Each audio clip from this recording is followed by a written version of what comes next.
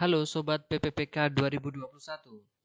Kali ini berbeda dengan pembahasan-pembahasan sebelumnya yang kita membahas mengenai soal-soal pengembangan FR pada tahap pertama. Kali ini kita akan membahas beberapa perkembangan informasi terutama seputar keputusan Menteri Pendayagunaan Aparatur Negara dan Reformasi Birokrasi nomor 1169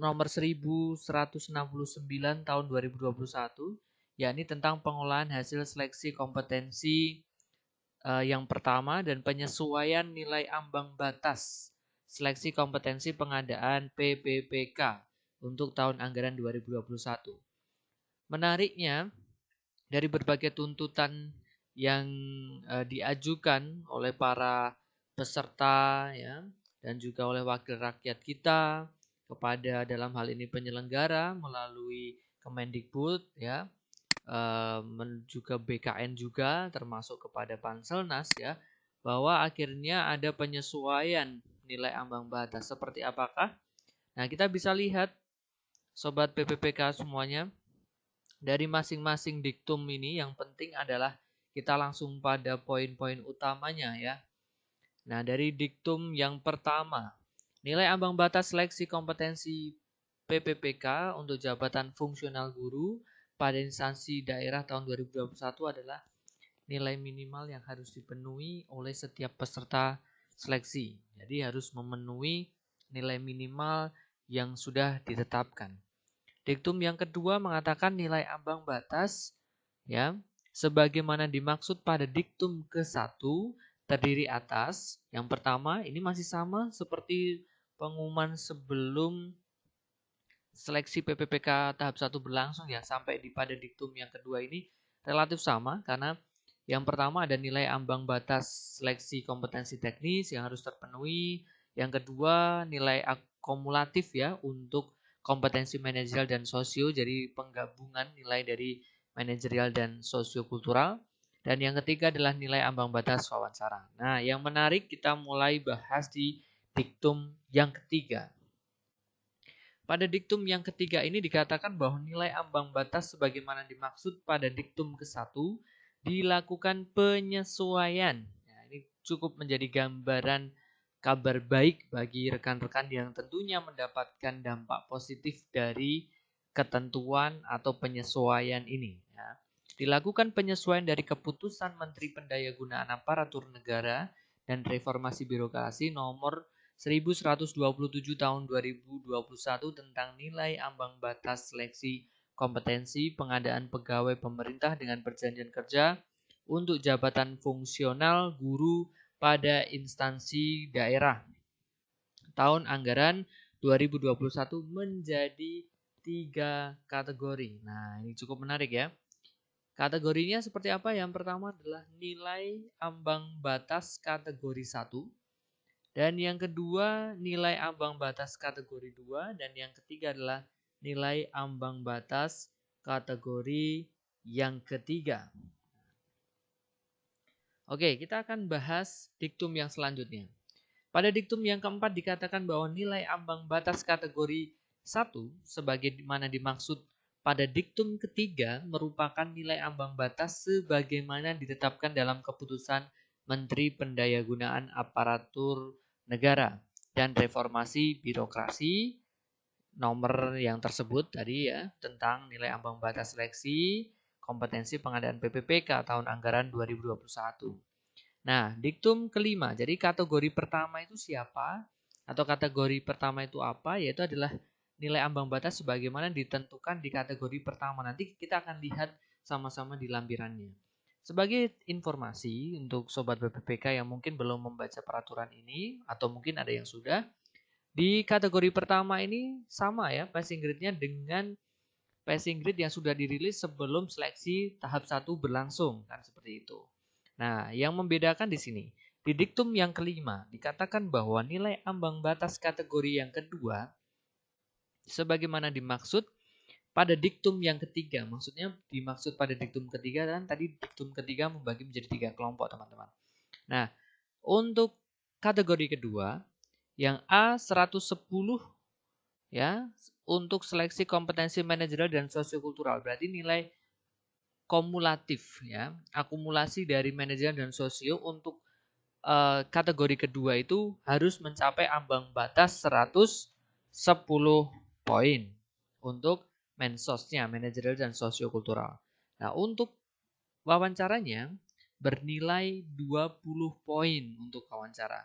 Nah, tentu teman-teman masih ingat betul bahwa dulu sosio dan juga wawancara semua jenjang begitu atau semua formasi baik itu guru PGSD maupun guru-guru yang lain itu memiliki ambang batas untuk kompetensi manajerial dan sosio itu adalah 130 dan wawancara di 24 poin kan seperti itu ya teman-teman. Nah, sekarang ada penyesuaian dari peraturan yang sebelumnya. Nah, oke, kita lihat lagi bahwa di sini ternyata diturunkan menjadi 110 dengan 20 poin untuk wawancara. Kemudian diktum yang keenam dikatakan bahwa nilai ambang batas untuk kategori yang kedua nih banyak ditanyakan. Kategori kedua itu melingkupi siapa saja peserta yang termasuk kategori kedua. Nah, ini dijelaskan. Nah, di diktum yang keenam ini, nilai ambang batas kategori 2 sebagaimana dimaksud pada diktum kelima diberlakukan bagi peserta yang berusia paling rendah 50 tahun pada saat mendaftar tentunya. Nah, jadi ini 50 tahun dan 50 tahun ke atas tentunya. Dia akan mendapatkan kategori yang kedua, di mana jika kita mengacu pada peraturan ini, maka teknis di sini tidak memiliki ambang batas bagi kategori yang kedua, teman-teman ya. Yang memiliki ambang batas atau passing grade adalah untuk di manajerial dan sosio serta wawancara untuk yang termasuk kategori kedua atau 50 tahun dan 50 tahun ke atas. Untuk diktum yang ketujuh, nilai ambang batas kategori 3 sebagaimana dimaksud pada diktum ketiga adalah sebagai berikut. Nah, ini untuk kategori ketiga. Yang pertama adalah nilai untuk seleksi kompetensi teknis sebagaimana terlampir, teman-teman. Ya, terlampir pada lampiran yang pertama, yang merupakan bagian tidak terpisahkan dari keputusan menteri ini.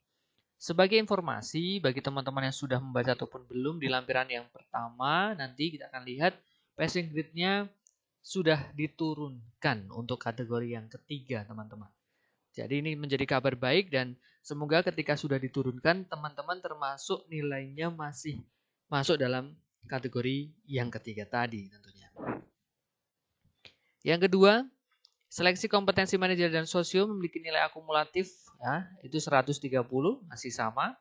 Kemudian wawancaranya adalah 24 poin.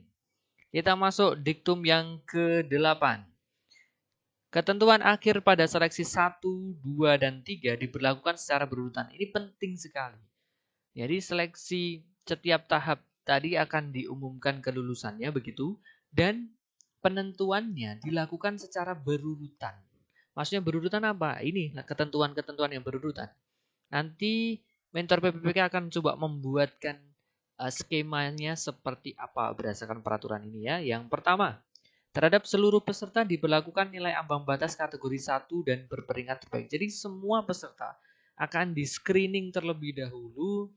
Peserta-peserta yang memang sudah lulus atau sudah memenuhi nilai ambang batas masuk kategori yang pertama atau sudah lulus pada passing grade yang pertama. Yang kedua, yang B, jika setelah huruf A tadi diberlakukan, jadi sudah di-screening yang memenuhi nilai ambang batas dan berperingkat terbaik, ternyata masih terdapat alokasi kebutuhan yang belum terpenuhi. Maka terhadap peserta yang memenuhi ketentuan diktum ke-6 tadi diberlakukanlah nilai ambang batas kategori yang kedua dan berperingkat terbaik. Siapa yang kategori kedua tadi? 50 tahun dan 50 tahun ke atas. Ya.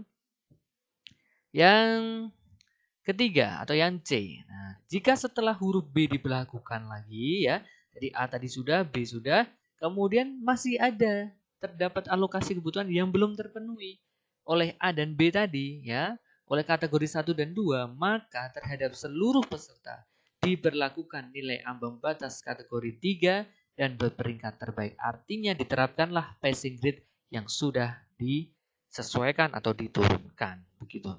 Nah, pada diktum yang ke-9 dikatakan bahwa peserta pada seleksi kompetensi 1 berdasar pada pasal 29 Peraturan Menteri Pendayagunaan Aparatur Negara dan Reformasi Birokrasi nomor 28 tahun 2021 tentang PPPK pada instansi daerah tahun 2021 dibagi menjadi 2 kelompok. Ini juga menjadi sesuatu yang cukup atau sangat penting juga ya teman-teman.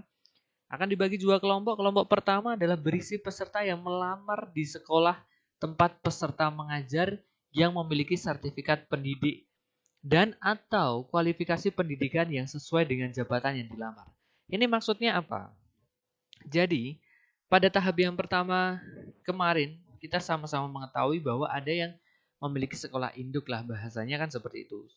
Ya, jadi para peserta yang memang sudah terdaftar di Dapodik mengajar di sekolah tersebut dan mendaftar formasi PPPK di sekolah tersebut. Ataupun dia punya serdik di sekolah tersebut. Itu berarti termasuk kelompok yang pertama. Namun juga kita ketahui juga pada tahap yang pertama kemarin ada juga teman-teman yang di sekolahnya tidak buka sehingga dia mendaftar di sekolah yang lain yang barangkali secara kuota dia bisa melihat jumlah WB-nya sekian, kemudian formasinya sekian, masih ada peluang untuk yang di luar dari sekolah induknya untuk mendaftar di sana karena sekolah induknya tidak membuka formasi seperti itu. Nah, itu masuk kelompok yang kedua, teman-teman. Kelompok yang kedua adalah berisi peserta yang melamar di sekolah bukan tempatnya mengajar, yang memiliki sertifikat pendidik, bisa jadi ada yang serdik, kemudian sekolahnya tidak buka, kemudian dia melamar ke sekolah lain yang memang masih memiliki formasi, dan atau kualifikasi pendidikan yang sesuai dengan jabatan yang dilamar. Atau bisa jadi dia bukan serdik, sekolahan induknya tidak membuka, kemudian dia melamar di sekolah yang lain sesuai dengan kualifikasi pendidikan yang dia lamar. Nah, itu dikatakan teman-teman di diktum yang ke-9 ini dibagi 2 kelompok tersebut. Nah, di diktum yang ke-10, peserta yang dimaksud pada diktum ke-9 selanjutnya berkompetisi pada kelompoknya masing-masing. Jadi, teman-teman yang berada di sekolah induk yang kemudian dimasuki oleh bisa dikatakan WB ataupun peserta-peserta dari sekolah lain, tentu tidak usah khawatir karena teman-teman bersaing pada istilahnya pot-potnya masing-masing, kelompok-kelompoknya masing-masing ya. Jadi kelompok pertama dan kelompok kedua bersaing pada kelompoknya masing-masing. Itu dipertegas lagi pada diktum ke-11. Dalam hal alokasi kebutuhan PPPK dari kelompok pertama sebagaimana dimaksud pada diktum ke-9. Ternyata dalam satu pot tadi kelompok pertama tadi belum terpenuhi karena nilai yang diperoleh peserta tidak memenuhi. Jadi di satu sekolah ya, seluruh peserta yang terdaftar di sekolah induk itu juga melamar di sekolah itu, kemudian bersaing dalam satu kelompok pertama tadi dan tidak ada yang memenuhi ya, tidak memenuhi, belum terpenuhinya nilai passing grade-nya karena nilai yang diperoleh peserta tidak memenuhi nilai ambang batas, baik kategori 1 juga ternyata tidak ada, kategori 2 pun juga tidak ada, dan kategori 3 pun juga tidak ada. Maka peserta dari kelompok kedua yang dimaksud di diktum ke-9 berarti yang dari sekolah lain tadi yang mendaftar ke sekolah teman-teman, ditegaskan di sini tidak dapat mengisi kekosongan tersebut ya, tidak bisa mengisi kekosongan di kelompok pertama tadi gitu. Dan berlaku sebaliknya, jika ternyata alokasi kebutuhan dari kelompok kedua, berarti kelompok yang dari sekolah lain tidak terpenuhi, terus tidak bisa dimasuki oleh kelompok pertama yang tidak dapat mengisi kekosongan tersebut juga, seperti itu. Oke, diktum ke-11, ketentuan yang dimaksud pada keputusan menteri ini dikecualikan bagi seleksi pegawai pemerintah dengan perjanjian kerja untuk jabatan fungsional guru pada pemerintah daerah provinsi, kabupaten dan kota, wilayah provinsi Papua dan provinsi Papua Barat. Diktum ke-13, keputusan ini mulai berlaku sejak ditetapkan dan apabila di kemudian hari terdapat kekeliruan akan diubah sebagaimana mestinya. Oke, teman-teman, kita akan bisa lihat lampirannya. Nah, inilah lampirannya. Jadi kalau sebelum penyelenggaraan tahap 1 kemarin kita melihat lampirannya berupa nilai ambang batas saja ya langsung, berarti satu kolom saja. Sekarang ada ada tambahannya teman-teman, ada kolom yang kedua dan kolom yang ketiga ini. Nah, di sini mentor PPPK jika boleh menginterpretasikan di sini tidak ditulis nilai ambang batas untuk kategori kedua. Ini berarti memang tidak memiliki nilai ambang batas teknis untuk rekan-rekan kita yang termasuk kategori 2 tadi yang usianya serendah-rendahnya pada saat mendaftar itu adalah 50 tahun. Berarti 50 tahun dan 50 tahun ke atas, teman-teman. Nah, kemudian untuk kategori ketiga, ini teman-teman yang barangkali menantikan penurunan seberapa besar dan sebagainya. Nah, ini nilai ambang batas kategori yang ketiga. Ini seperti yang dimaksud di diktum-diktum yang saya sampaikan di awal tadi ya, teman-teman. Nah, ini terjadi penurunan kalau kita lihat 260 menjadi 210 ya, turun 50, atau ini untuk guru SD, guru kelas dari 320 kemudian turun 50 poin menjadi 270. Dan selanjutnya nanti teman-teman bisa mendownload ya Kemenpan RB ya, keputusan Menteri Pan RB nomor 1169 tahun 2021 ini untuk selengkapnya dipelajari. Oke, saatnya kita akan coba menginterpretasikan itu teman-teman ya di dalam bentuk skema. Seperti apa skemanya? Oke, coba. Oke, kita akan buat. Jadi seperti ini. Skema yang bisa kita buat dari berdasarkan informasi diktum demi diktum yang sudah dipaparkan tadi, teman-teman. Oke. Pertama ya, kita akan lihat dulu di kelompok K1. K1 atau kelompok kategori 1 ya. Kami menyebut kategori 1. Nah, ini itu sebagaimana aturan awal dulu, teman-teman ya. Aturan awal maksudnya gimana? Ya, dia teknis. Kita ambil contoh ya. Ini contoh kita ambil guru SD gitu ya. Teknisnya 320. Mensosnya, manajerial sosiokulturalnya adalah 130. Kemudian wawancara 24. Nah, ini K1 teman-teman. Kemudian dari K1 kita berlanjut ada K2. K2 ini peserta minimal ya, kita katakan minimal 50 tahun begitu. Nah, maka teknisnya tadi tidak ada ambang batasnya. Kemudian manajerial sosiokulturalnya adalah 110. Ini berarti kan ada penurunan teman-teman ya. Sebanyak 20 poin. Kemudian wawancara menjadi 20 poin saja. Nah, di sini. Nah, jadi setelah dari K1 ini disaring, kemudian ini sudah memenuhi passing grade berdasarkan kuota juga. Kalau memang ternyata kuotanya sudah terpenuhi dari kelompok K1, katakanlah sudah ada yang lulus passing grade dan jumlah kuotanya sama dengan jumlah orang yang lulus di kelompok K1, ya sudah, berarti tidak berlanjut ke tahap seleksi yang apa istilahnya? Tahap K2 tadi, yang kategori kedua itu tidak lanjut ke sana. Tapi barangkali dari katakanlah kita coba membuat asumsi 3 formasi. Kemudian satu formasinya sudah terisi oleh rekan-rekan kita yang sudah lolos passing grade. Berarti kan masih menyisakan 2. Nah, 2 akan dilalui dari K1 ini berlanjut ke K2. Nanti dari K2 ini dilihat lagi, oh ternyata ada satu peserta yang di atas 50 tahun. Seperti itu. Ya, kita contohkan tadi ya. Misal formasi 3.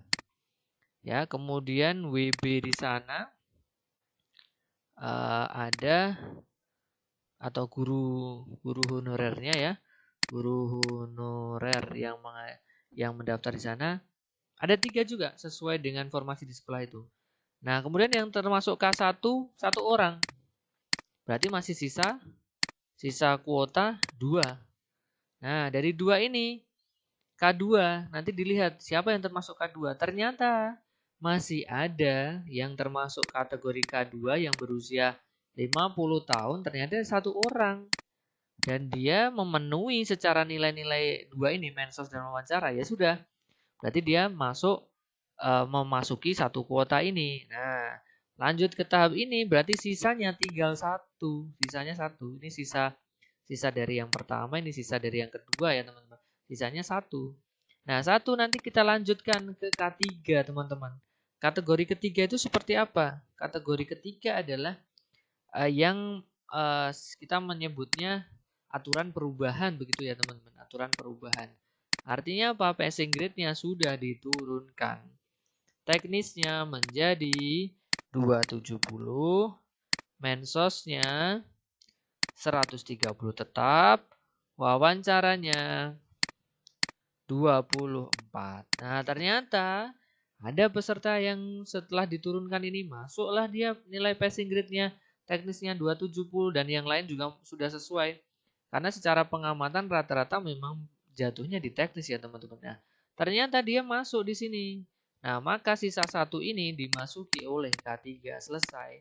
Semuanya keterima. Harapan kita kan semuanya sebagaimana permisalan ini ya teman-teman. Tapi dalam case-case yang lain ternyata setelah dilakukan peringkingan sampai K3 kategori ketiga ternyata masih ada yang teknisnya hanya 250 teman-teman ya, berarti dia tidak bisa berlanjut untuk mendapatkan kesempatan ini. Nah, berbeda hal nanti dengan kita membicarakan ini semuanya tentunya sudah dengan tambahan ketentuan afirmasi ya. Jadi peraturan afirmasi yang sudah dirilis dulu sudah ditambahkan. Nah, mencapai tidak dengan passing grade ini. Begitu teman-teman. Kalau kita sambung tadi ya berdasarkan pengumuman berkaitan dengan keputusan Menteri Pan RB tadi seperti itu teman-teman. Dan bila kita lanjutkan kepada ketentuan kelulusan tadi, mungkin kita bisa merangkumnya menjadi seperti ini. Kelulusan ya. Yang pertama berarti ambang batas K1 dan dia berperingkat terbaik ya. Kemudian ada peluang yang kedua. Jika belum terpenuhi nih, maka ambil dari ambang batas K2 dan peringkat terbaik. Nah, kemudian yang ketiga, jika masih ya, ternyata sampai yang kedua ini masih belum terpenuhi berdasarkan kuota teman-teman. Terpenuhi, maka barulah tadi ya ambang batas K3 diambil dan peringkat yang terbaik. Barangkali dalam satu formasi pendaftarnya banyak seperti itu teman-teman. Oke ya, mungkin itu yang bisa kami sampaikan. Semoga bermanfaat dan kita akan pantau sama-sama berdasarkan informasi ya yang berkembang bahwa esok hari ya tentunya di tanggal 8 Oktober ya sebagaimana yang beredar informasinya akan dilakukan pengumuman hasil dari seleksi tahap yang pertama. Kami mentor PPPK mendoakan yang terbaik untuk teman-teman semoga lolos ya di tahap yang pertama. Jika memang ada teman-teman atau rekan-rekan mentor sobat PPPK dimanapun berada ternyata belum berkesempatan, belum rezekinya di tahap yang pertama, kami akan berusaha tetap mendampingi teman-teman belajar melalui platform Mentor PPPK 2021 baik secara materi online-nya, baik itu di YouTube maupun tryout-tryout-nya ataupun kelas online yang barangkali nanti bisa kita selenggarakan. Terima kasih, salam sukses, salam hebat dari kami Mentor PPPK 2021. Semoga kabar baik menaungi teman-teman semuanya menjadi ASN di tahun 2021. Terima kasih.